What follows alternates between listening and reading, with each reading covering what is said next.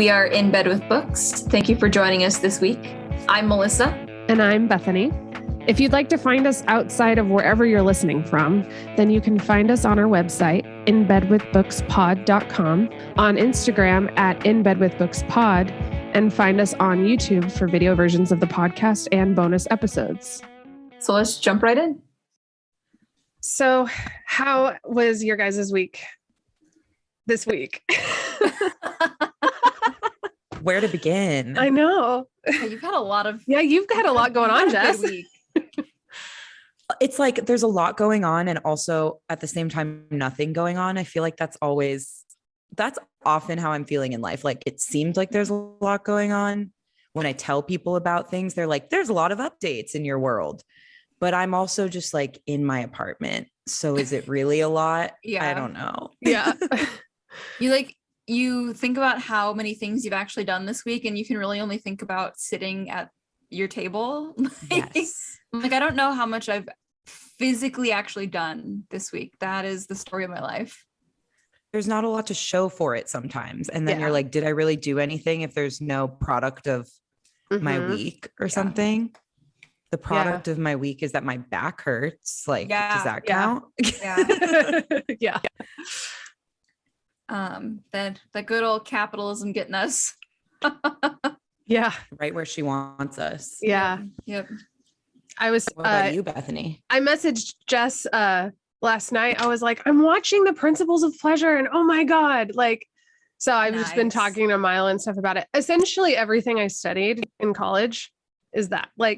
I read Come As You Are by Emily Nagoski. It changed my life, that book.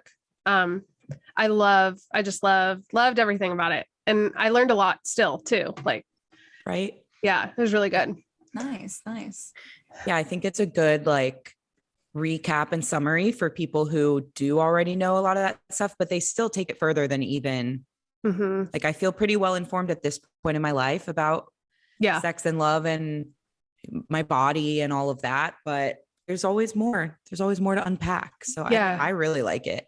Yeah. I think it's well done. And I'm also amazed by, what's her name? I can picture her, the woman that narrates every Netflix show ever.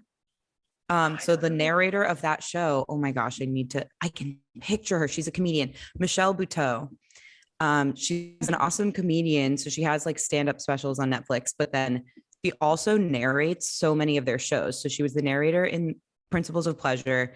She's the narrator of The Circle, which is one of my favorite Netflix reality shows. I think she also narrated Too Hot to Handle. She's just the voice of Netflix. And I think it's really cool. I would love to have that job. The power that comes along with that. I mean, she sets the tone for so much of their content. Yeah. Exactly. Yeah. Mm-hmm. Yeah. And she's a great choice, I think. I mean, that's a career win. She just has to show up to a studio and read some scripting in her voice. I would love to do that as someone who has gotten compliments on my voice. I'm let me be set. Can I do that for Hulu? Do they need me? Yes. Plus, I mean, not to stoke any kind of fire or anything, but I think Hulu shows have been a lot better in the last maybe 6 months. Stoke the fire. Yeah, I agree. Yeah, it's true. Not that I'm super big in finances or stocks or anything like that, but I have seen that. I mean, Netflix lost 200,000 subscribers in the first quarter, and they're they're kind of anticipating losing probably another 2 million more subscribers, which is insane to think about. Netflix revolutionized TV, and now they're falling, and Hulu is kind of taking up the gauntlet. I feel it's Hulu. I definitely think my favorite shows that I've watched in 2022 have been on Hulu. I also think HBO has always had a leg up with just the fact that their content can be more real and gritty and show sex, have cursing, all that stuff. A little bit more than Netflix delves into that stuff, I think. Yeah. It's funny because Netflix doesn't have anything stopping it, but because they don't have the reputation, they don't go quite as hard. Yeah. I think because HBO had that reputation from being a network that you had to like a television network that you had to subscribe and pay separately for because of that, they like lean into it way more. Yeah, for sure. And it works. Yeah. Yeah. I have picked up cross stitching. That was how my week has gone. Yes. I actually really enjoy it.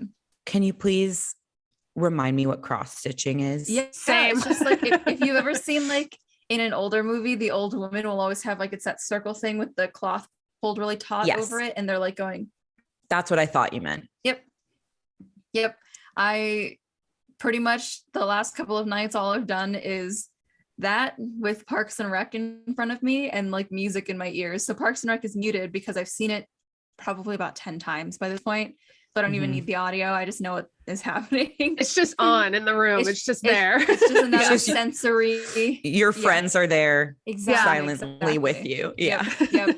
And then me. Well, I haven't really made anything yet. Yeah. Okay. I'm just trying to practice so that I can like get it down. So it's a lot of like lines of like little X's and then me trying to make random shapes out of them. That's fun. Yeah, it has been fun. And I haven't bled yet. I've poked myself, but I have not bled. Yeah. I have a couple. Oh, wait. Okay. First of all, you just said poking, which is so funny. Obviously we knew what you meant. And like, I would have said the exact same thing. So I'm not calling you out on your own podcast to make fun of you. I just think that literally the sound of the word poking is really funny to me. So I wanted to just take a moment and laugh together. This is the curse of having read so much 18th century like content. So many of the words and their things. Hold on. We've got an alarm going off. Oh no. Please. Yeah, that didn't sound good. Thinking about poking. I know that was a new word. Yeah, I love it. I've never heard it. I love it. I'm going to tell you this, but Melissa would also find it interesting. She can see it in the recording. With the cross stitching, I have a friend who does that, and she made me one that says, what's it say? Now you're back for this, Melissa, so it's good. We're safe. Good. Somebody was already out there. The home isn't under attack. Okay. Yeah, no, it's very sensitive. It's right next to the oven, so sometimes it just goes off if you open the oven. Sometimes it's gone off because some of my roommates have accidentally actually set things on almost fire. So I just wanted to check. I was just mentioning that like with the cross stitching hobby, I have a friend who makes a lot of those, and she gave me one that says, "I am Beyonce always," which is like a classic Michael Scott quote. Yes. And I have it in my bathroom. It's like right where I get ready every morning, the little cross stitch hanging. Nice. A little affirmation. So that's a great mornings. Yeah. It's a cute, I like that hobby. Yeah, same. I'm pretty fond of it already. Not gonna lie. Yeah. Seems relaxing. I was confused because I thought so cross stitching is you use crosses, but but it is embroidering. It's kind of a style of embroidery, but yeah, that's what I was, because I was like, I've done embroidery, but I think cross stitch is like a type of embroidering. So yeah, that's cool. I didn't know what the difference was exactly yet. I'm just wrapping my brain around it now, but I'm happy to learn. Yeah. It's more than I can do. I'm really just not a very patient person is what it comes down to. So I don't do a lot of, we've talked about this. Like I don't do a lot of hobbies where I'm sitting still. My hobbies are like being on a stage and performing stuff like karaoke. Can karaoke be a hobby? Yeah. Or like going for a walk. Like I need to be moving. So I'm envious of people who have hobbies that keep them sitting still. I would like to get better at that. I just have to do something with my hands a lot of the time for me to be able to actually focus on something.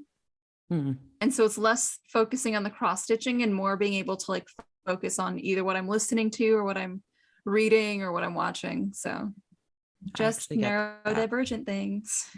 Yeah. So, okay. So what are we talking about today, Melissa? We are talking about Their Eyes Were Watching God by Zora Neale Hurston, a classic favorite of mine. And we have a guest today. Jess from Peking Podcast. Welcome. Hello. Thanks for having me. Yes, we're very excited to have you. Have you guys had a guest before? I wasn't sure. Yeah, We've we've had had- my roommate Taylin. Yeah. You told me about her. Yeah. Yeah. Okay, we love that. Yeah. Well, So you're the very first happy to person be that here. doesn't live with one of us. Yeah. I don't even live in the same city as either of you. So Yeah. this Yeah, is a We're all over the bringing States right now. together. Yeah. We're taking over very quickly. Yes. Yeah. It'd be a lot faster, but I don't like to do anything but sit and cross stitch. So Apparently. Yeah. yeah. So I found you through a YouTuber who was like, "Oh, I'm going to be on this podcast." And I was like, "Cool." And so I listened to the podcast and I then binged the podcast because I just loved the concept, which is, would you mind kind of like going over what the premise of your podcast is and like what you're all about? Sure. Thank you. I was like excited to hear you do the Oh gosh. the peaking pitch. But I can take it. Yeah. Well, first of all, I was really excited when you reached out to me after you found me. And I'm always very touched that people seem to find my podcast bingeable. Cause I don't really know like how that works, but I think it's just because it's conversational, and I think you can just like plug it in and listen while you're doing something else and feel like you're talking to a friend. So that's a lot of what I try to achieve. But peaking's basically about low moments in life that are opportunities to grow. So really the idea that like when you're peaking, a lot of people think of peaking as a concept as like when you have everything going for you, you know, like you have the perfect job and the perfect apartment and the perfect boyfriend and this, that, the other. That's when somebody might call you peaking. But I actually feel like you're peaking when you're in your lowest moments, because that's when you're growing, you're learning about yourself, you're like having to dig yourself out and get to that next high point. So I started to kind of notice that pattern when I was talking to friends and going through stuff in my own life, and decided to make it a podcast. So it's fun. I have guests sometimes. Sometimes it's just me. It gets very rambly, which I know you guys understand. Yeah. I love it. Just thoughts. Just thoughts, very stream of conscious, but it's like my audio diary, you know, like it's actually a nice way to kind of encapsulate how I'm feeling in certain periods of life in a certain month or whatever. So yeah, you can find it peaking. If you search that anywhere, podcast apps, you'll find it. And at Peaking Podcast is the Instagram. And I like DMing with people. So find me. Nice. Good intro. Yeah. There was something I was going to say. Melissa and I were we just recorded her podcast for her podcast. Yeah. We were on Peaking. Yes, we're going to be on Peaking. I thought you meant Melissa's podcast. And I was like, you have another podcast. God, no, I don't have the energy. Yes. No, we were on your podcast as well. Yeah, and we got to talk editing about that as we speak, and Nice. it'll come out this week. So Perfect. it was great. Perfect. Yeah, we got to talk But about sorry, go our ahead. peaking moments in London and Yes. stuff, and Yes. kind of how like the podcast came out of that. So it was really fun to record. Yeah. But I will How say much this have you? Oh, go ahead. is I thought when I was done, I messaged. Remember when we talked about our like top dads that we listed our dads, and I want to mention Keanu because Yes. I failed him gravely. And I was like, so I just want that's Keanu. on the record that Keanu is also one of my top dads. Keanu Reeves. There's like not a toxic bone in that man's body. Speed. Oh my God. That was like my first like Sexual awakening. crotch headache. Yeah. I haven't recorded like the intro of the episode yet, so I'll make sure to kind of like give Keanu a little shout in there. He's not really great. my cup of tea. I don't have anything against him. Very interesting, creative, cool guy. Just not my cup of tea. fair. But we agreed on some others. I like that you're calling them dads. That's Yeah. fun. Yeah. It's Instead like this of mix daddies of, or it's this mix of, I think, respect Yeah. At the same Reverence. time, this reverence, it was to equal out the sexual nature of the opinions, make it a little less icky, I guess. Yeah. The best, I mean, sex has to start with mutual respect, I would Yes. Mhm. say. So I Yes. think that's right on the money. That's very Yeah. healthy. Thank you. Should they ever listen to the episode, I mean, They might find me through a YouTuber and binge my podcast And Yeah, then find yeah. us. and Yeah. then find you. And then the rest It is could happen. history. We have our Mhm. dads. Yeah. I don't like calling them dads because I had to work on like stopping calling my dad daddy. Like, how you're a little kid and you call your dad Same, yeah. daddy. And then as you get Yeah. older, you realize that that's like gross apparently. So you have to stop calling them Not that. cool anymore. Yeah.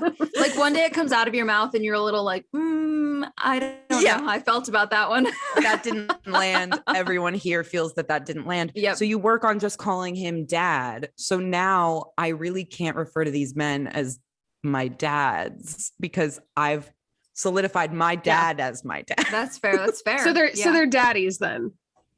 To me, yeah. Yeah. speak your truth, but Yeah, for me, thank they're you. daddies. Yeah. Like Idris Elba and my dad are on like very different, live in gosh, very yeah. different parts of my brain, Yeah. and I'm going to keep Yeah. it that way. Of course. Whew. I'm getting warm. Sorry. Same. Just thinking about Keanu a little bit of Idris in there. Ooh, okay. So I think that back sets to the book. tone. Yeah. Back to the book. I was gonna say, speaking of daddies, I think that Mhm. is actually one of Janie's problems. And not a problem that she creates for herself, but a problem that she kind of gets thrown into. Mhm. I think this is actually a pretty great transition. You segued that real nice. Yeah, thank you. So The Rise We're Watching God is the story of Janie, who is kind of recalling her life to her friend. And she's kind of explaining how she has arrived at this point, suddenly widowed and alone, even though she's got money because she worked and she was good. But there's something so universally comforting about this tale because of the way that she expresses this kind of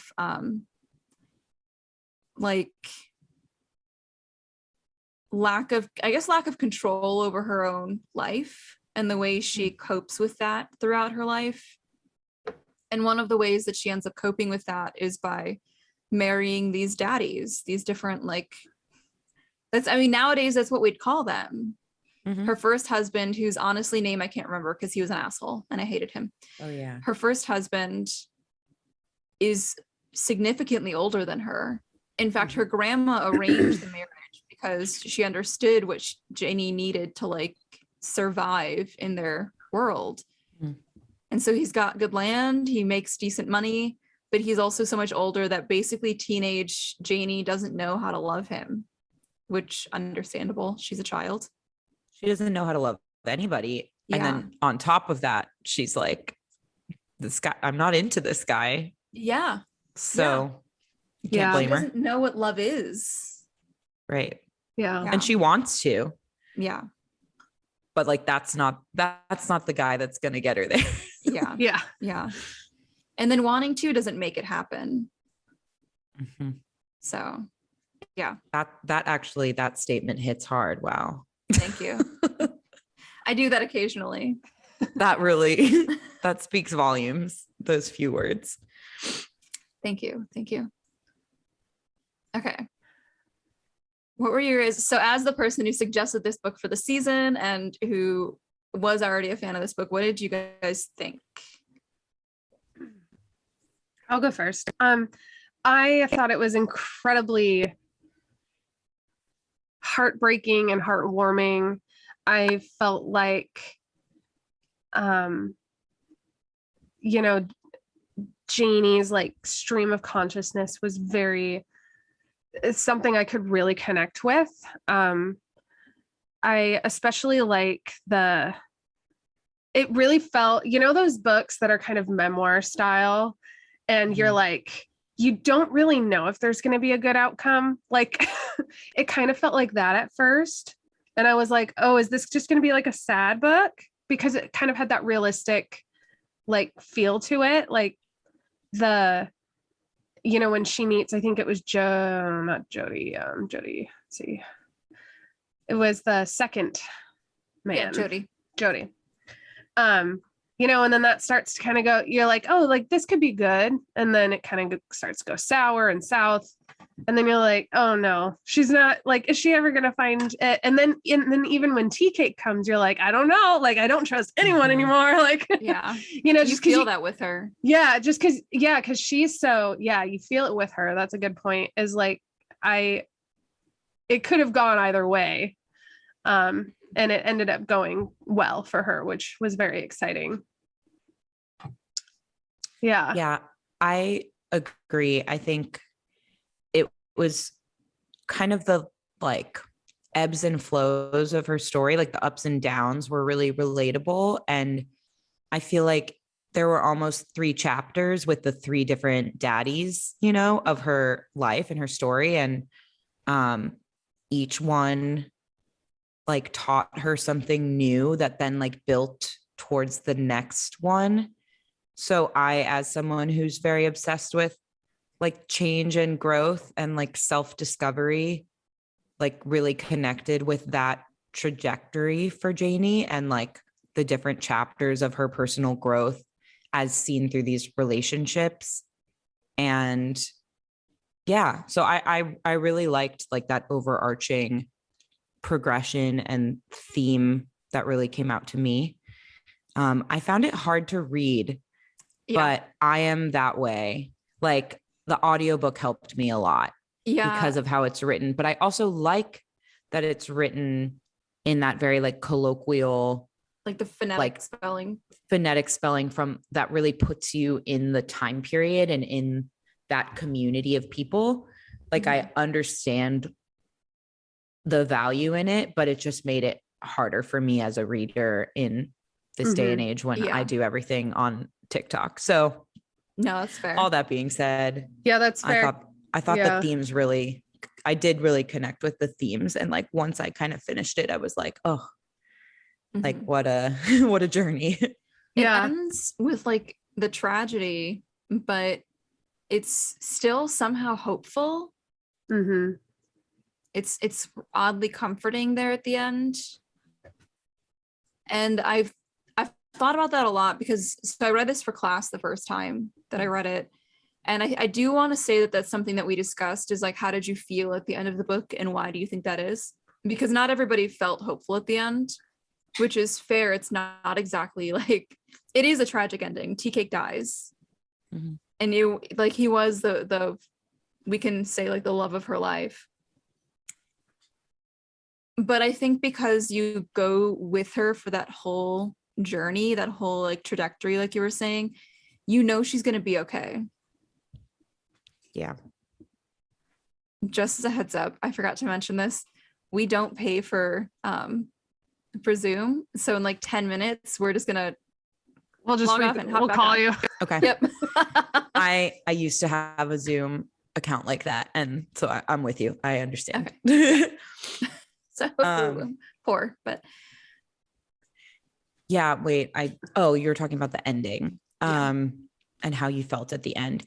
Yeah, I agree. I think because you were with her, you were with her in her story long before Tea Cake. So like you weren't like, yes, you were happy for Janie when she finally found that, but also when it ended the tragic way that it did, like you were like, okay, but Janie's still here and she's still okay. And she kind of came to terms with it and found peace with it at the end as well. And like, that's ultimately who I was rooting for the whole time and who I really kind of like cared about seeing through. So I agree. Like, I think hopeful is a fair word.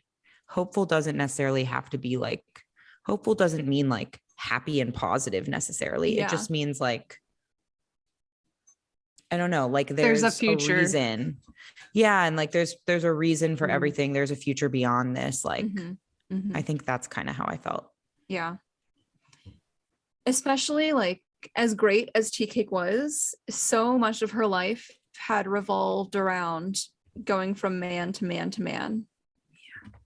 And even before that, it was with her grandmother. So her grandmother raised her, and I do kind of, I guess we can do that now. Yeah. I want to kind of talk about her grandmother. Mm. I can see why her grandmother did what she did. Like it would be so easy to resent her grandmother for doing those things. But you know, at the end of the day that she was just trying to protect her. There wasn't any intention of harm with her grandmother. What does she call her grandmother? Nanny. Nanny. Right? Thank you. So like Nanny was one, she realized she was old. She knew that Janie was 100% going to outlive her. And there wasn't anyone else around to take care of her. And so she had to the best of her abilities, like find somebody to take care of her. And that was like, it was heartbreaking because there's nothing that she could do otherwise in her own mind, in Nanny's mind, you know? Mm-hmm. Yeah. I thought I had a thought, but I don't. I would add to that. I agree. I think it was clear that she was doing what she thought was best to protect her granddaughter. And like her whole life had been about protecting her granddaughter after what had happened to Janie's mom and to the grandmother herself. So like, you also have to keep in mind like the history, the family history, and like the things that they'd been through. And like, that's also informing how the grandmother's now going about like making sure that her granddaughter's okay. Like just with the tools that she had and the knowledge of the world that she had, Yeah. that's all she could do. So I am on the same page as you. Yeah. Like generational trauma. Yeah. Yeah, exactly. Yeah. She did the best she could to try to break that. It makes you understand why she was so fierce about it. Like there's a moment when she like slaps Janie and is like violently and was like, listen, you know, I'm just trying to get it through. Yeah, no, because like as far as she's concerned, the other option is, like you said, what happened to her and what happened to her daughter, Janie's mother. Like there's not exactly a third option. Which, I mean, there wasn't. Janie lucked out because she found a way to make money for herself and then did it. Yeah. So, yeah, unsung anti-hero of the book. Yeah. Do you think that she's unsung? I think so, because even Janie at some point says like how much she hates her. We don't find out when she dies, because the book is kind of told in this loosely oral kind of like she's recounting this story, dialogue. Yeah, to her friend. And the so everything that happens, even the really insignificant things, we learn because they're important to Janie. We don't find out when her grandma dies until much later. Yeah, that's a good point. Yeah, I do think it was like a concerted point on Hurston's part to kind of like by like omission show how important Nanny was to Janie without Janie quite realizing. You know?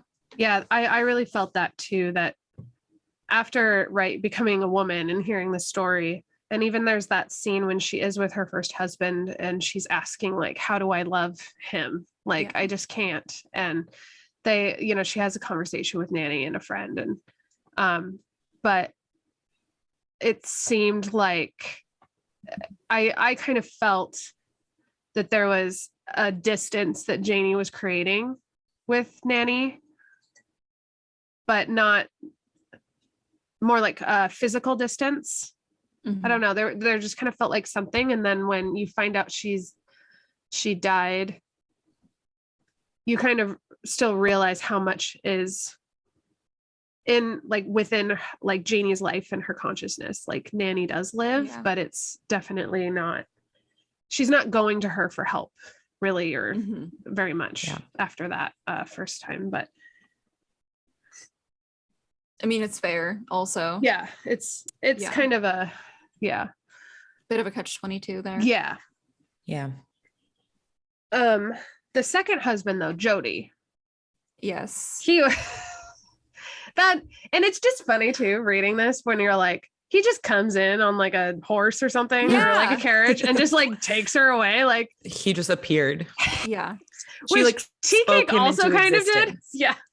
Yeah. Which people like, say all the time that they like spoke their perfect man. Not that Jody was perfect, but like at that time he seemed like he could be, and like he saved her from her situation, you know? Yeah. I mean, he did what she wanted, what she was seeking, but he just wasn't the person that she needed. So yeah, I mean, I think it still applies. Yeah. I thought that was funny. Just like nowadays you would be like, don't do that. Yeah. Like you've only known him one day, 1 hour, like kind of like the whole like Frozen thing where they're like, you've only known him for like a day. For 3 days. Yeah. For 3 days and you're already getting married. But of course it's a different time. And it's kind of meant just for the story. I think that's kind of how desperate she was. But yeah, he was interesting because I thought this was going to like work out really well. And what's interesting is that I like that before he gets violent with her or gets like super gaslighty and stuff, there you kind of see his strengths and think this could really work. Like he's very like, he's building a community. He's very like fair, and like she can be part of this community, and like, you know, she has like a house and like a store to run. But what I love about it is that that's just not what Janie wanted. And that's okay. Yeah. Like, you know, she doesn't have to become it, you know, it just wasn't what Janie wanted to do. And I think that it's fair that she didn't want to do that. And so I kind of liked that, you know, before he started getting like really terrible, like it wasn't necessarily, even if he was a good person, I shouldn't say that. I guess if he was a little better, it still wouldn't have been enough for her. Yeah. Unless he were to recognize that this is not what she wants and like take care of that, you know? But it didn't sound like Jody wanted to do that at all. So yeah. Yeah. Like in other words, if he had not become so like toxic and abusive and like aside from all that, he still wouldn't have been right for her, because just like the life that he gave her and that he wanted for his wife was never going to be the life that she wanted for herself. Yeah. Which kind of raises an interesting question of like, do you think that she would have, I think yes, probably, but do you think that she would have left the situation had it not gone so dark? Or do you think that that kind of had to happen to drive her away, even though either way she like knew that it wasn't quite it for her? But I'm thinking in terms of like, you know, the writer's decision to create that relationship in that way. I don't know. Hypothetical. That's a good point. Like what's her limit? Yeah. That is an interesting question. I would have to say that I think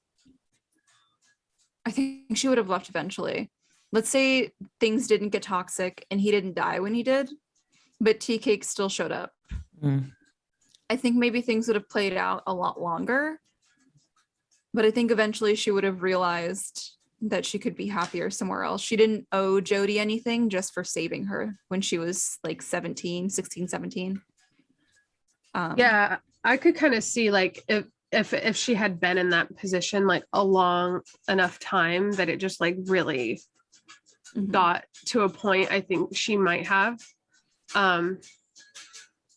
So Well, it is hard to say, I guess. Yeah. That's what happened the first time around. Is life wasn't that hard. It Mhm. wasn't bad. Like Yeah. the first husband wasn't mean. He was a little rude. He definitely, like, things were starting to get rough, but before that even happened, like, somebody rolls up on a horse, on a horse and carriage, and she left. So It was enough. It was enough and to take it was her. enough. Yeah. It was enough for her. I think that's what I love about Janie's character, is she's so easy to say no. She knows where her boundaries are. Yeah. And I think that's one of the, like, things that really ends up frustrating her, is when she knows where a boundary is, but it doesn't matter because she's a woman in this world, a Black woman in this world. So Yeah, it's very much and of course I read this somewhere, right? It's like a very early feminist like novel. And part of the reason is it's not a story of a victim survivor situation necessarily. It's kind of in the middle ground of like feminism, which is I just want to enjoy my life. I want to have choice. I want to be allowed not to want to do something. And I think that's what's really important about this, and partly why I like really responded to Janie and was able to like follow her very well, was because this is something every woman like goes through, you know, whether you've had 3 marriages or not, you've always had these moments where you're like, but I don't want to do this. And do I have a choice? You know? Yeah. And I would also like to note that this was published in 1937. So it's not like this was in the last 20 years and like this conversation is already around. This was pre the term feminism. Yeah. Like it's a very nuanced kind of story to be telling in 1937, and it's about a black woman in the South. Like, double whammy in terms of how ahead of her time Hurston was being at that moment. Yeah.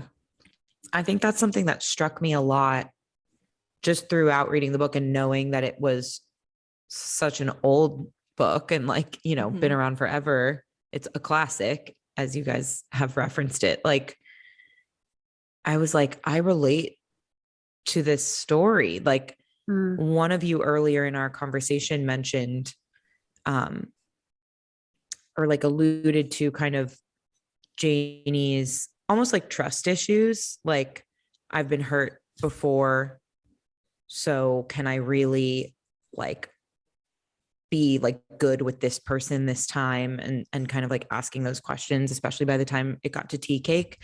And I was just like, damn, like that's what I go through now. So it's just like tale as old as time, and something that I guess kind of in a cool way, in a sad way, but a cool way, unites women across like time periods, across race, across, you know, other background and things that have happened to them.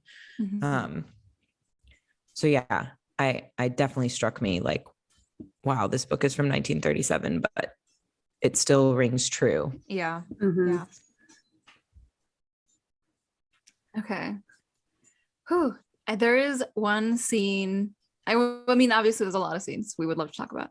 There's one scene in particular that I want to talk about, and it's from early in the book. It's when Janie kind of discovers her womanhood. It is one of the most beautifully written scenes about this kind of moment, because one, it doesn't really demonize or kind of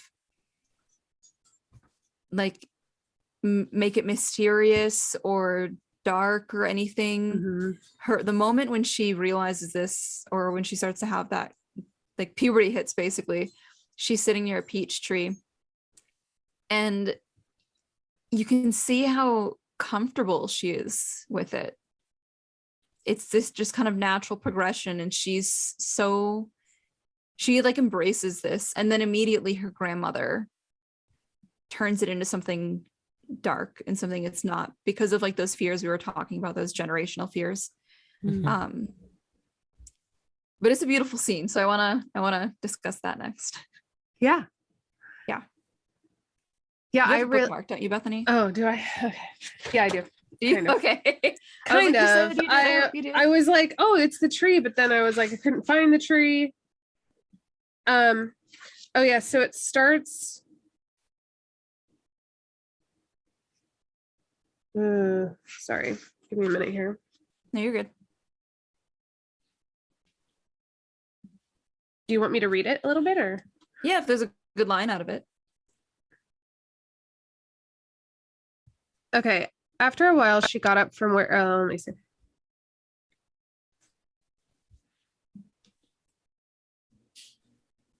It's a pear tree. Oh, a pear tree. My bad. Oh, My bad. yes. I think a peach, like maybe that's just me inserting a little bit of like 2020s into it. Yeah. Yeah, Yeah, or a little just bit of like, butt oh, it's humor. the South. Yeah. Like, Yeah. you're like, it's maybe they have more peaches there. I don't know. She was lying across the bed asleep, so Janie tipped on out of the front door. Oh, to be a pear tree, any tree in bloom, with kissing bees singing of the beginning of the world. She was 16. She had glossy leaves and bursting buds, and she wanted to struggle with life, but it seemed to elude her. Where were the singing bees for her?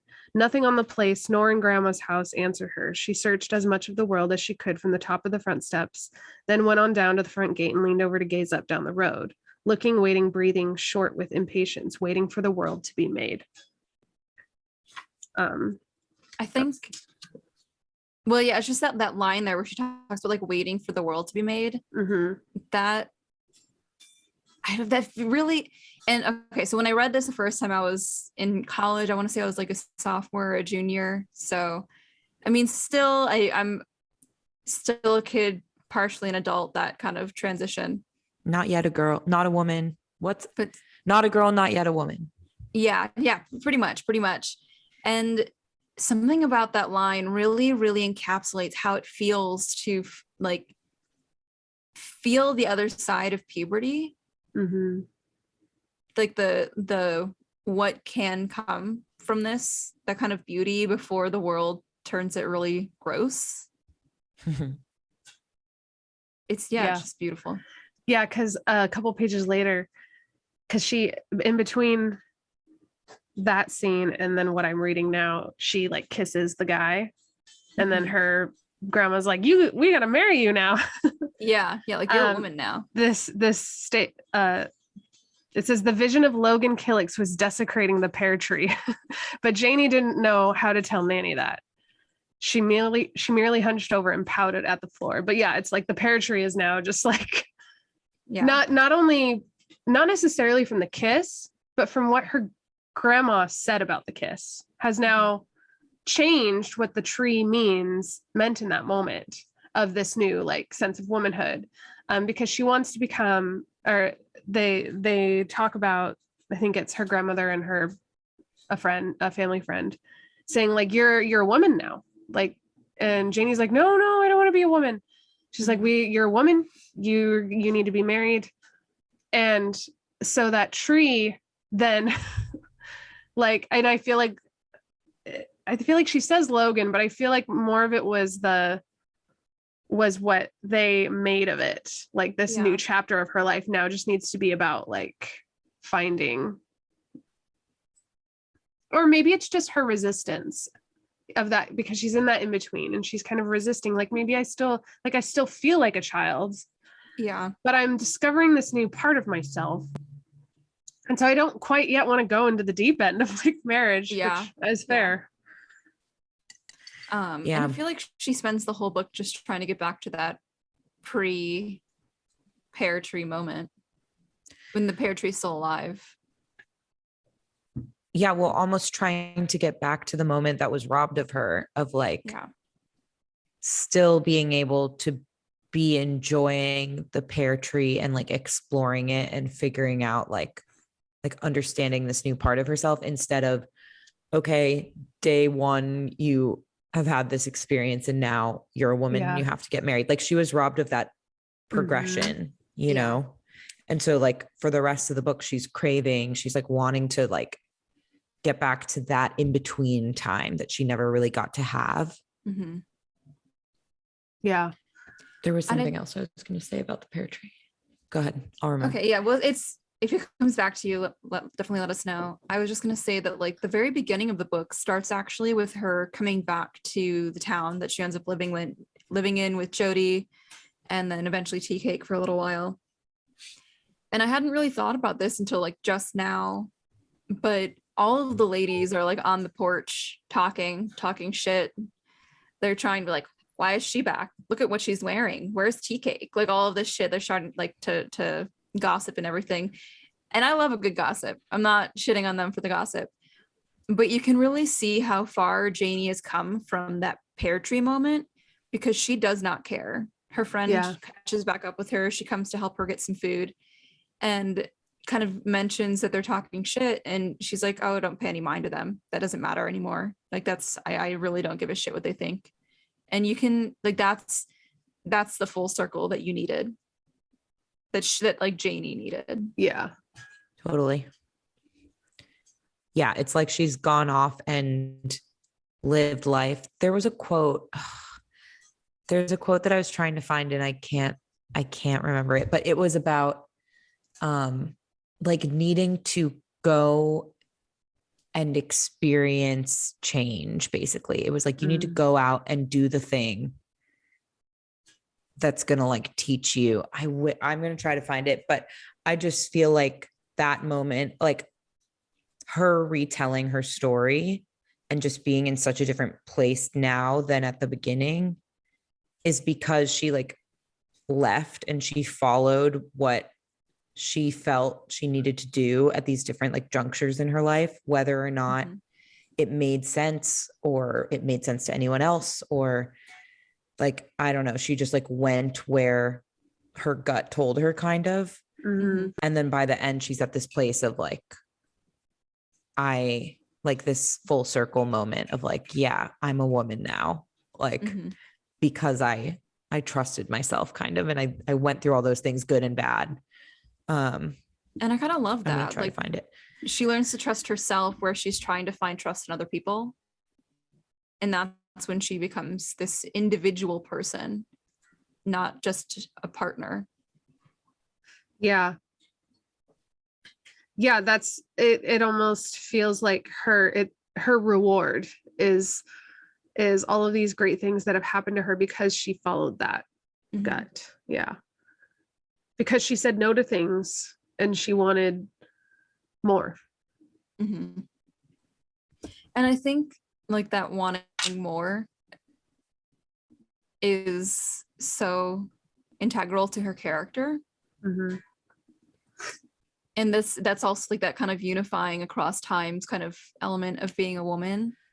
You can like cross stitch and watch Parks and Rec every night, but still like I still like want more generally from life. Like I think that's when you look at kind of varying schools of thought around feminism, and regardless of whichever ones you agree with, they all come down to the very basic point, which is that we want more out of life.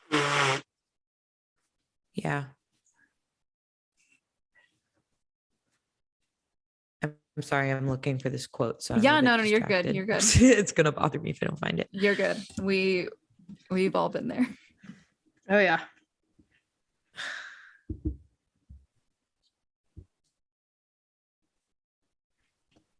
I'll take a moment to, while you're looking, to talk about the beautiful language. I know we already spoke a little bit about it, but there are so many quotable moments in this book.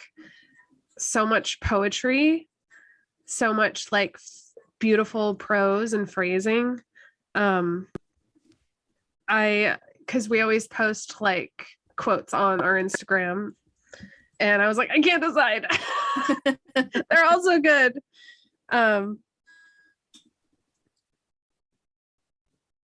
There's so many good ones. The moment when Jody hits her, actually, there was a line she says, Jody stood where he left her for unmeasured time and thought. She stood there until something fell off the shelf inside of her. Like, just this very, very simple image Yeah. and feeling ascribed to this very like tumultuous thing that happened to her. I feel like really plain kind of prose also can't really capture the before and after of a moment like this, because as far as we know, this is the first time that Jody has hit her, right? Yeah. And it's in front of other people, which is an added level of violence there, because it's not that in private or in public is any better or any worse, but that you kind of add this extra layer of publicity to the event. Yeah. Mm-hmm. And using the poetry throughout in these very like these darker moments where you've got the violence of like Jody abusing her, or also the beauty of her discovering her body for the first time. It really just captures the depth of those moments when you really feel it in your gut, kind of thing. Yeah. And that's probably a good example of like her gut having a say in what's actually going on. Yeah.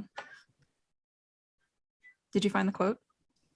No. Oh, okay. I don't want to like waste time looking for it and not be engaged in the convo. So I'll send it to you afterwards if I do find it. And okay, perfect. If you want to use it for your for your social media posts, then for sure. I thought it was a good one, but I cannot find it. I do like the quote. I mean, there's another one that I think is like one of the most quoted from this book, probably just in reading different things about it. But the quote about love is like the sea. And it like so beautifully encapsulates how like love looks different for everyone, and in every different relationship it looks different.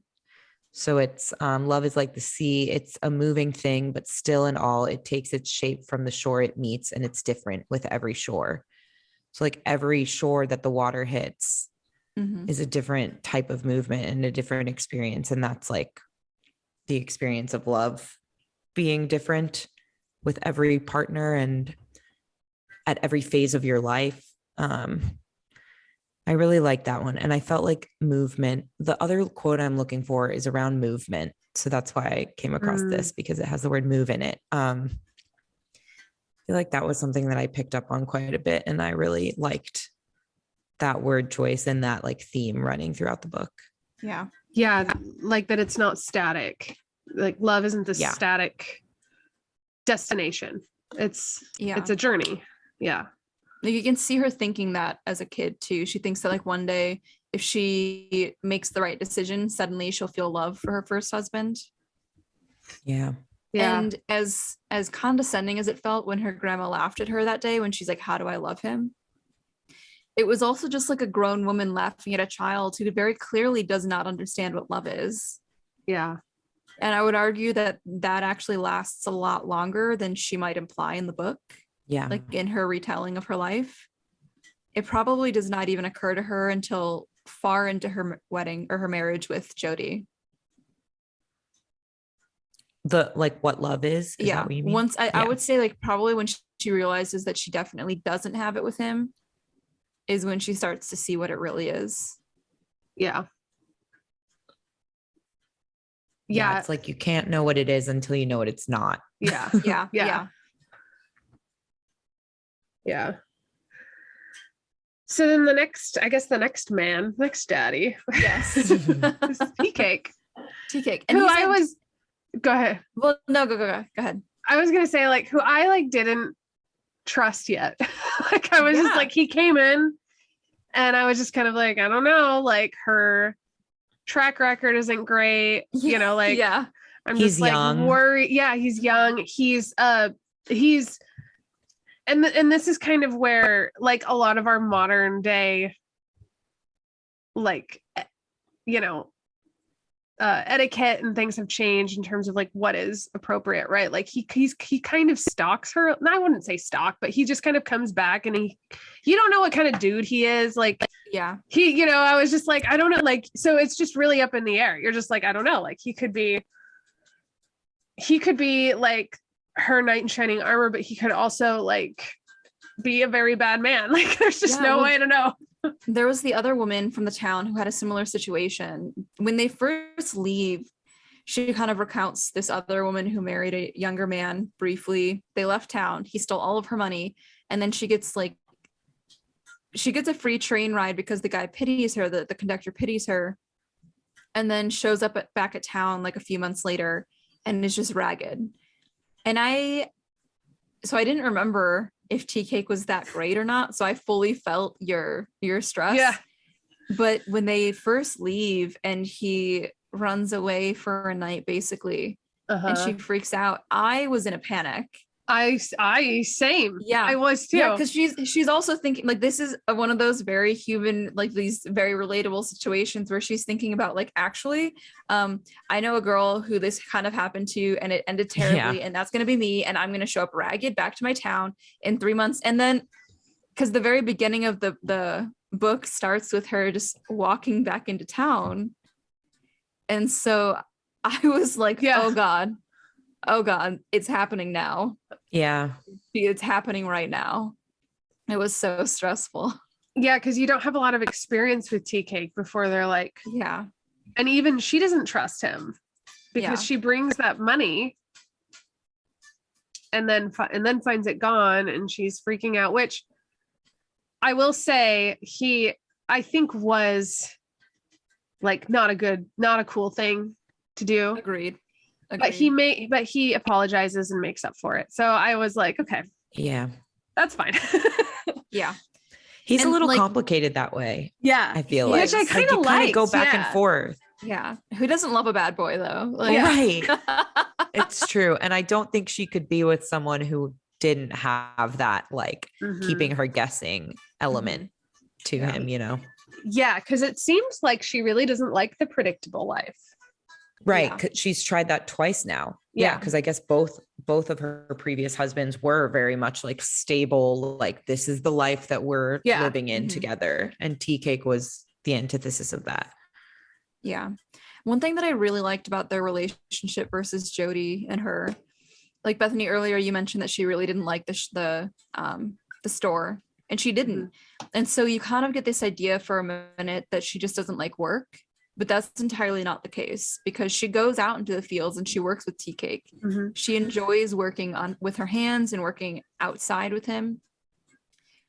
And so pretty immediately, like, it's not like she has some kind of change of heart or anything like that. He asks her like, would you even want to? And she's like, yeah, I do want to. I want to be out there with you.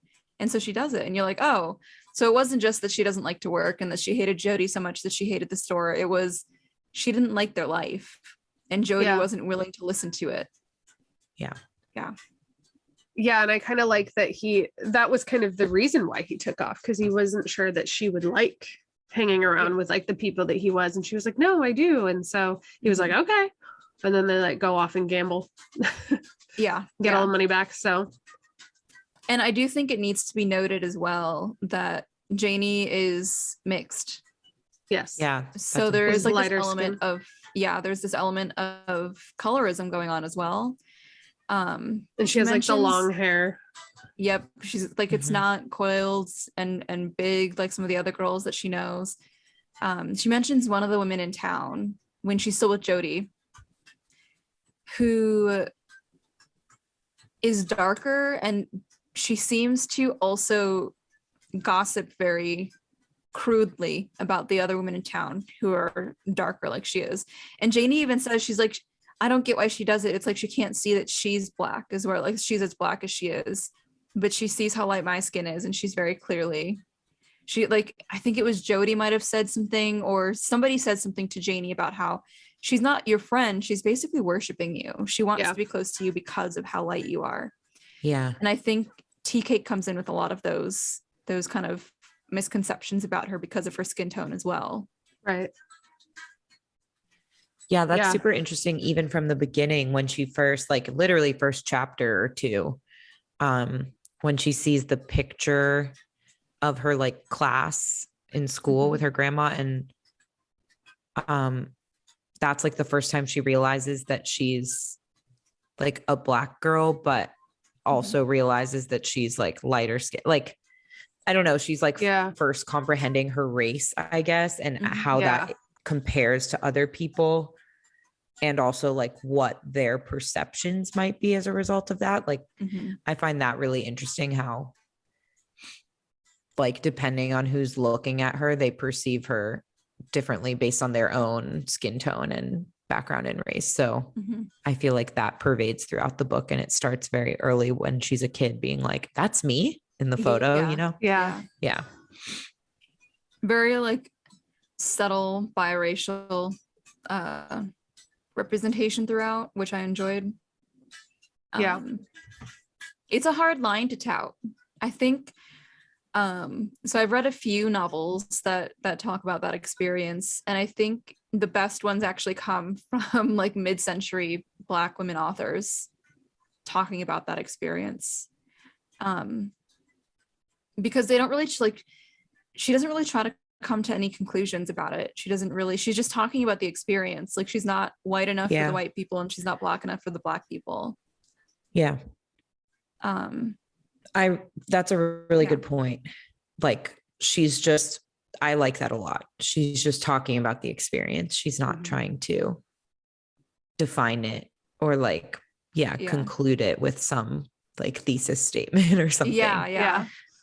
Which is actually way more relatable to like people to just, be like noticing these things over time.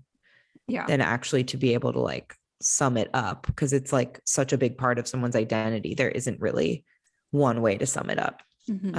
Such a big part, and also at the same time, like, not, I don't know, like a big part, but not a big part, depending on how you're thinking about it. So, yeah. Well, and it brings me back again to the grandma, like that moment when she kisses the boy and her grandma ruins her childhood. It's because she also realizes that she's a hot commodity, basically.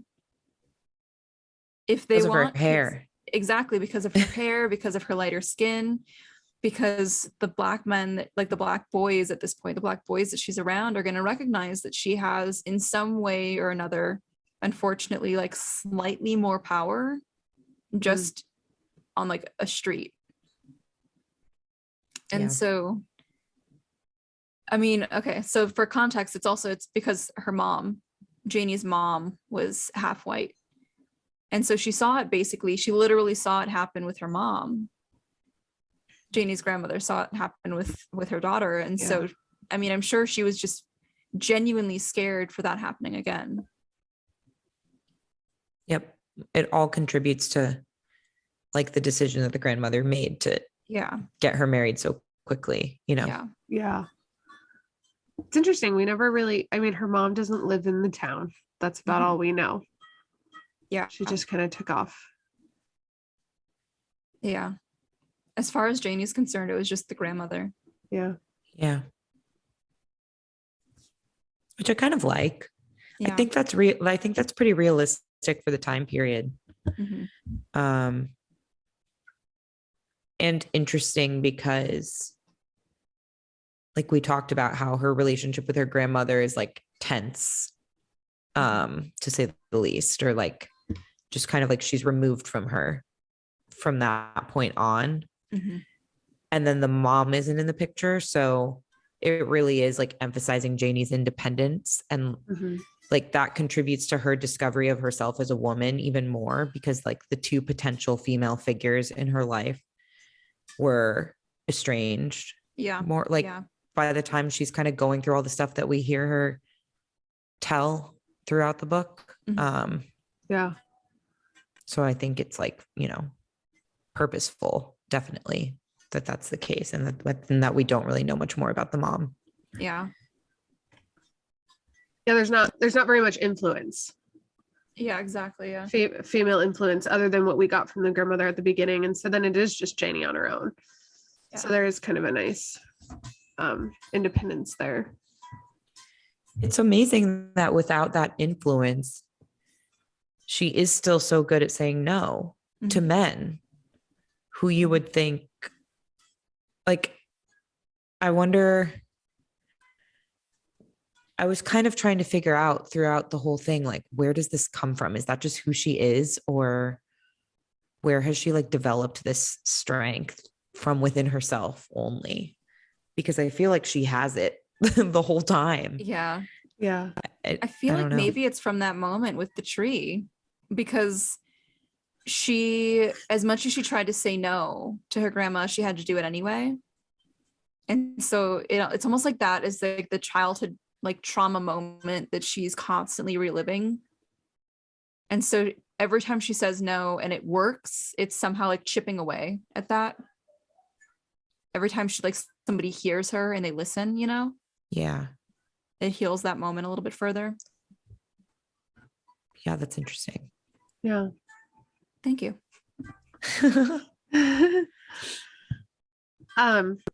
Okay. There is a quote I have to bring up about tea cake. And I feel like this goes hand in hand with our love for romance and the daddy. Yeah. Okay. Okay. I love Buckle up. Yeah. Strap in. She I think it was when she first met Tea Cake, and she says he looked like the love thoughts of women. Yes. And that just like says a lot. That just says so much. Yeah. I just love that. Like what are like just like the language the language that Hurston brings forth to describe something so simple adds so much color. Like you think about like love thoughts, that could be anything. Yeah. And you know that it's like, I definitely felt there was like, this is more than just, this isn't not, I think I heard it described as like, this is not a picture of white love. This is a picture of Black love and what that looks like. And I just really appreciated that. That it's not just this, like, it's not always like super wholesome or like, I just like that. They're finding love like in the struggle of being Black in the South during the early 1900s. Yeah. Which was really beautiful. Yeah. She said the love thoughts thing. I immediately pictured Drake. I was like, that's that's Tea Cake to me in my head. Yeah. Even though I think Drake might be too light. I don't remember how Tea Cake was described, but I don't know. That's just where my brain goes when someone says the love thoughts of women. I thought of the dad from Princess and the Frog, Tiana's dad. Ooh, that's a great choice. Yeah, like he's like tall. He's got the button up. He's got like the sleeves are rolled up. He's got the work shirt. Yeah. Yeah. Rugged. In terms of like cartoon dads, he's up there. I'm not gonna lie. We could do a whole, don't get me started on hot cartoon characters, because I am right there with you. It's a problem. Max Goof in a Goofy movie was like an awakening for me. Oh my gosh. Aladdin was my first crush ever, for sure. Like when I was like 2, I was like, Aladdin, what's up with this vested guy? Like that's something. Where is nipples? I don't care. I'm interested. Yeah. And then Max Goof, like, I don't know. He was nerdy and gross. Anyway, this is such a tangent, but I love a cartoon. My first crush was Christopher Robin. Yes. Yeah. My first like Disney prince my first Disney prince crush was Prince Eric. And since then, dark hair and light eyes will still send me over the edge. Absolutely. Aladdin is like it. That is my type. In real life to this day, it's like a dark feature, like Arabian man. Like that's it, Yeah. Yeah. Well, and he's just so like suave and like he's got like he's just like very like, speaking of bad boys who are not bad for you, like Aladdin right there. Yeah. Oh, true. The street rat who tricks her, but then he still falls for her and saves the day. Okay. I mean, that's how they set you up for failure in this world, by having you think that the bad boy can change for you. Yep. Okay. I don't really have any cartoon ones, but that's okay. I might get bad. I even oh god, what was the from Lion King 2, the like nephew Stop. lion? Stop. Kovu. Yeah. Kovu Oh, yeah, was bad. Yeah, he was sexy. Yeah, He was like a dirty boy. he was. He really was. I mean, Simba, like teenage Simba, Yes. like Still yes. the Mhm. Simba that's like you see him growing up in there's like a little montage in the song Timon and Pumbaa song or whatever. Yeah. Yeah. Hakuna Matata. And there's like a specific scene where he's like getting bigger as they walk by the pond or something. That was something for me. Yeah. Yeah. And then can you feel the love tonight when they tackle each other Yeah. and like Oh Nala my- gives him the eyes? Like we all know those eyes. Yeah, we've all It's given eyes. unbelievable. Yes. Well, we've I tried feel to. it. Yeah. No, we can't do it the same way she did. But No. No. okay. Back Okay. to the book. Yeah. Because I will go on too long about that. No, that's Yeah. it's good. It's Same. good. Okay. Any final thoughts?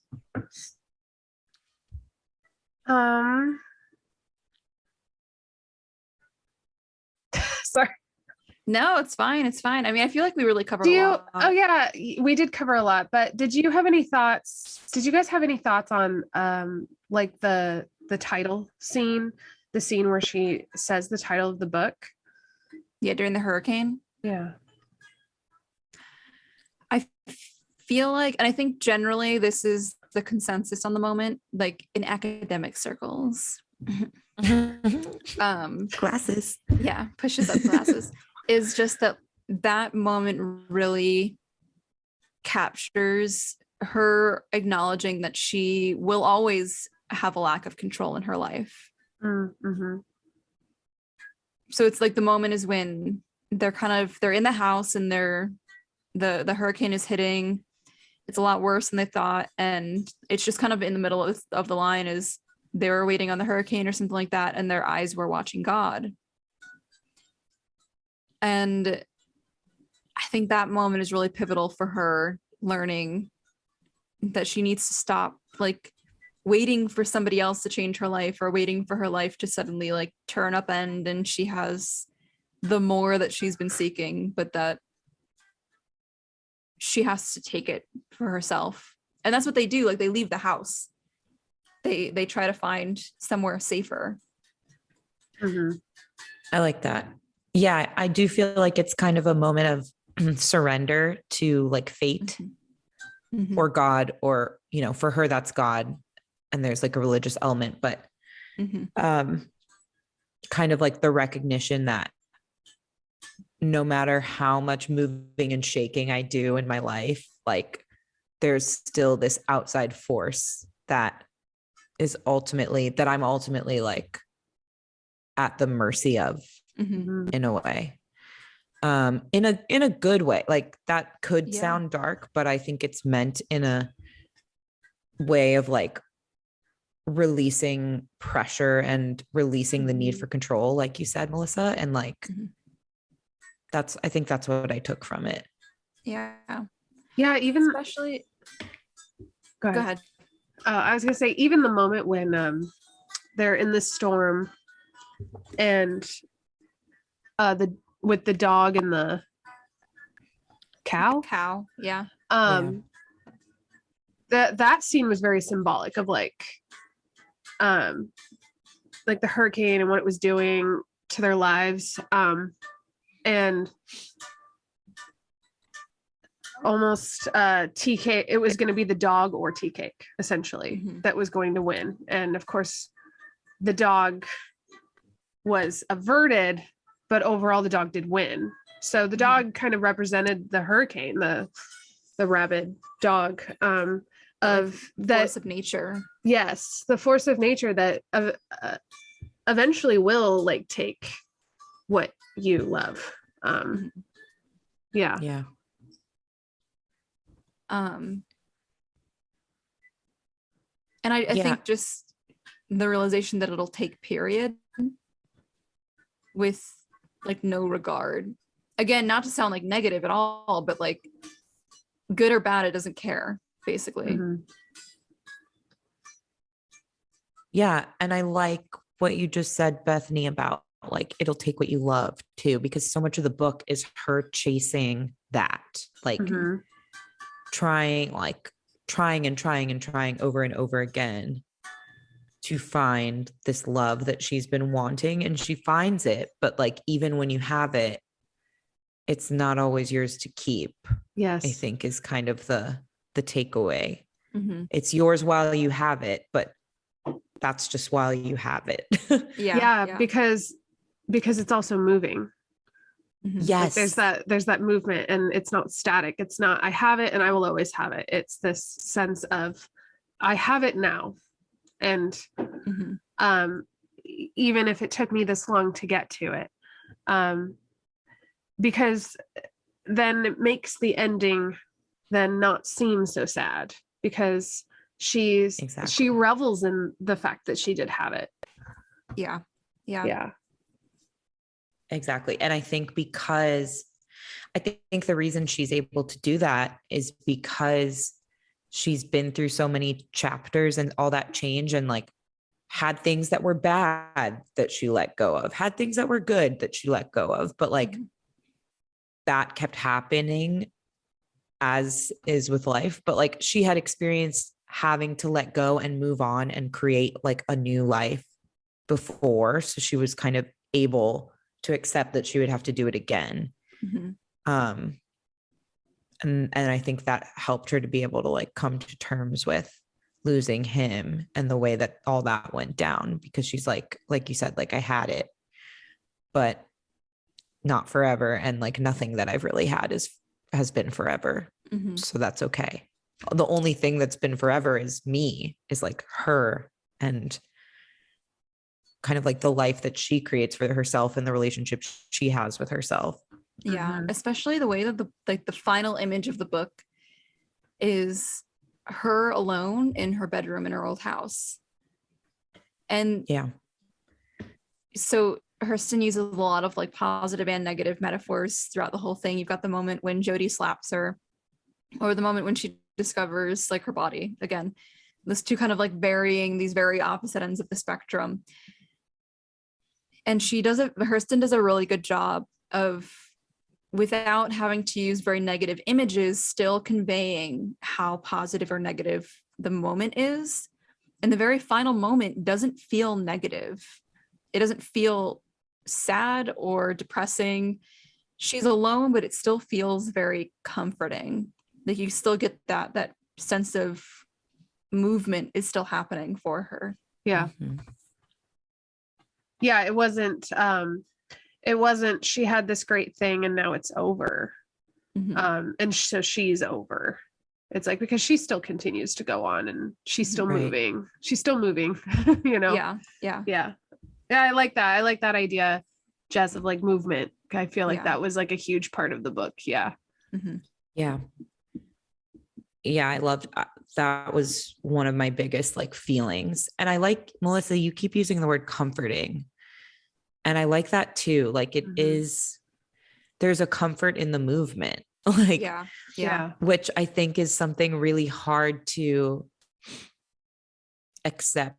Like in life, that's hard to accept, but once you do accept it, it is comforting. Like once you realize that things are going to keep moving, while there's a lot of unknown associated with that, it's also like freeing and comforting in a way, because you're like, well, this is just how it goes, and I still got me, and like I've done it before and I'm going to do it again.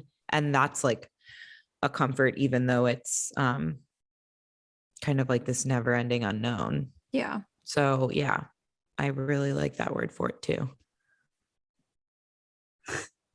Okay. Are we good? Do we have any final thoughts? Any final thoughts? I could find this quote. I wish I could find this quote. Do you remember like when in the book it was, maybe? Like at what, maybe it was like a scene or. No, I'm pretty sure she was saying it to her friend that she's telling the It might story be too. at the Like it's a end. moment where she's kind of comes out of the story and she says it to her friend. I will find it. I'm just so mad. I like had it.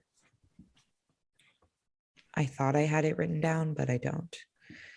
And I'm like, did I hallucinate it? It just was perfect. Kind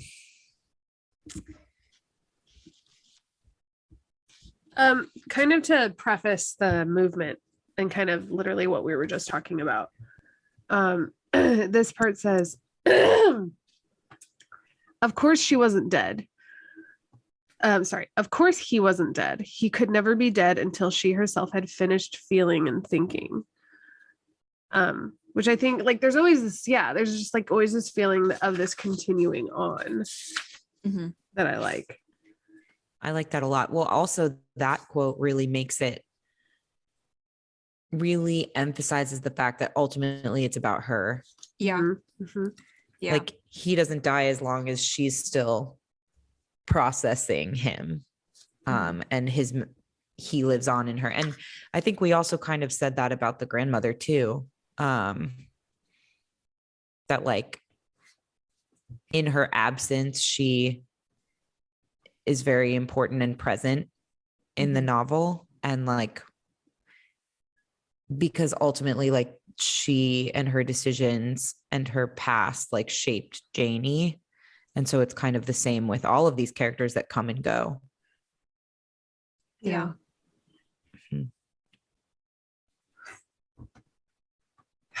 Okay. Yeah, it was beautiful, beautiful book. I think I cried.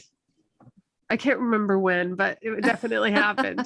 And I will say, if you did listen to it, the woman who reads it is just so good. Really great. So good. Yes. Yes. Like, which I think is a huge part of that, of like the community, is that listening to it is a completely different experience. Listening to the characters talk and speak has so many more connotations than reading it, you know?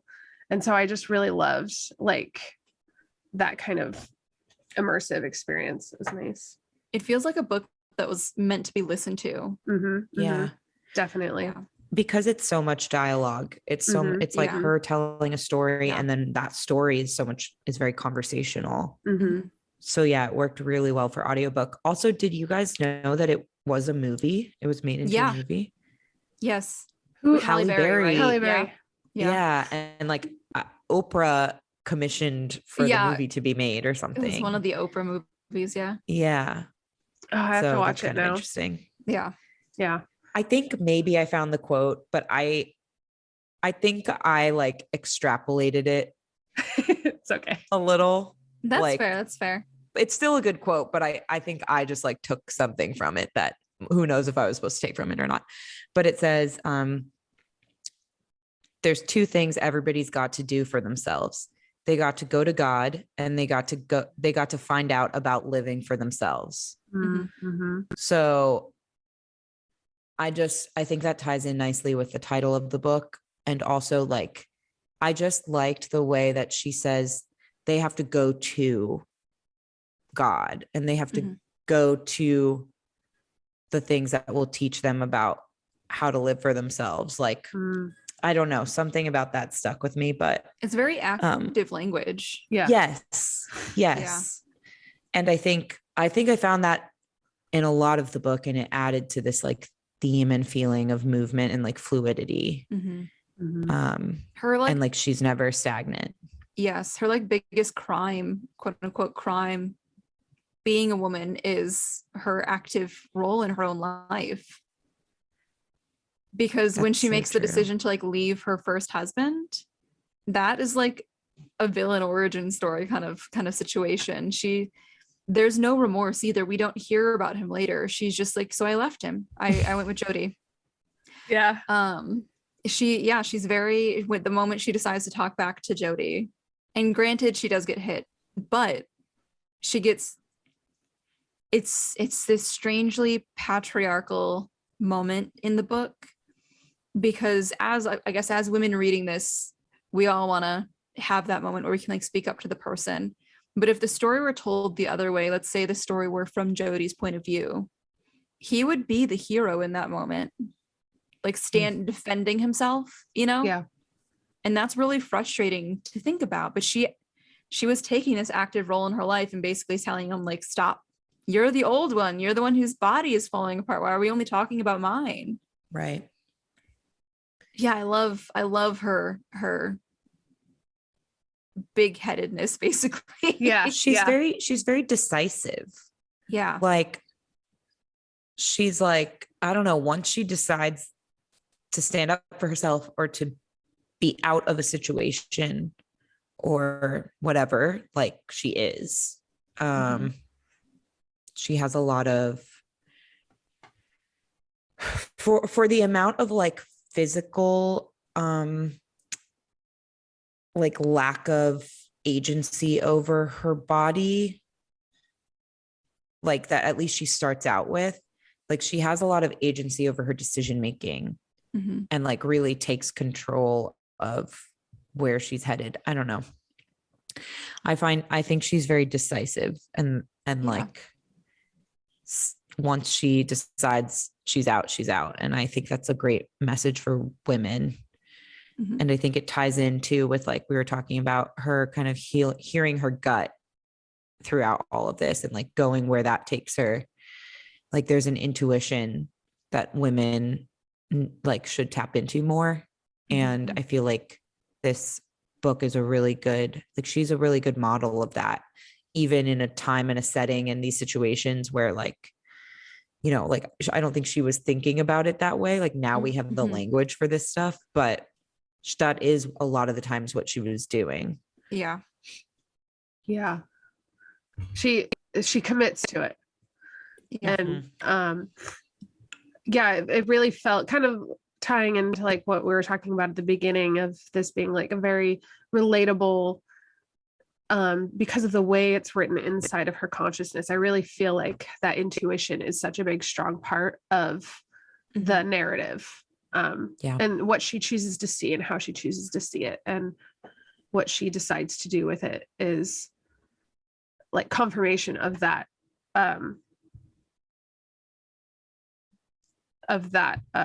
voice. Yeah. Like being in touch with her internal monologue. Yeah. Which is basically what she's sharing with us the whole time, you know? Yeah. Cool. Well, great. Okay. Yeah. Yeah. Good read.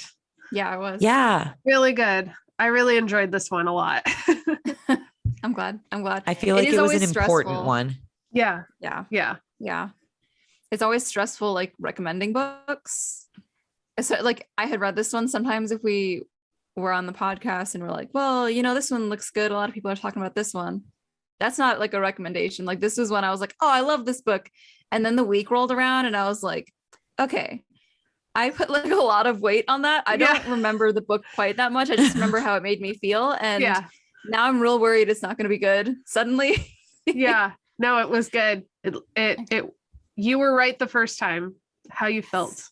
So, yep. People don't remember what you say or do. They remember how you make them feel. Yes. Yep. It's the same with a book. So yes. Yeah. You nailed it. I was really happy to participate in this, and thanks so much for including me and for getting me to read a book. Yes. Yes. I'm going to keep going. Yes. Taking another one. Yeah. You're welcome to come back anytime if you want to read a book. Thank you. It honestly does. The accountability partners help, you know? It does. Because now that I've read it, I'm like so happy that I've read it. Yeah. But just to focus on it and finish it and I don't know. It's helpful. It's like a little book club. Yeah. Yes. So maybe I'll start reading some of the books that you're doing on future episodes too. Yeah. So that I can follow along that way.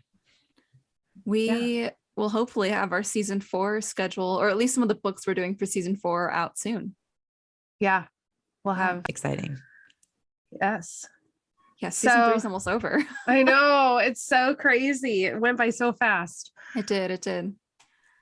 That being said, though, thank you so much for joining us today. It was a pleasure to have you. Truly. Yeah. Thank you, ladies. It was. We'll do more cross collabs, but yeah. thanks for having me. Thanks for being on Peaking. This was really fun. Yeah. It just felt cool to get to do a different podcast. I've never done that before. Yeah. It's exciting stuff. Yeah. Yeah. So join us next week. What are we reading next week, Bethany? The War of Two Queens. Which I'm very excited for. It is number 4 in the Blood and Ash series by Jennifer L. Armentrout. It came out almost a month ago. I think over a month ago now. And so it's just kind of been like sitting in our Kindles.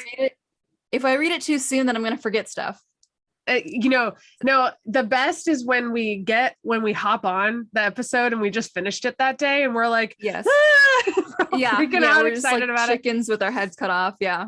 But this is a long time coming because I feel like our podcast is built off of From Blood and Ash.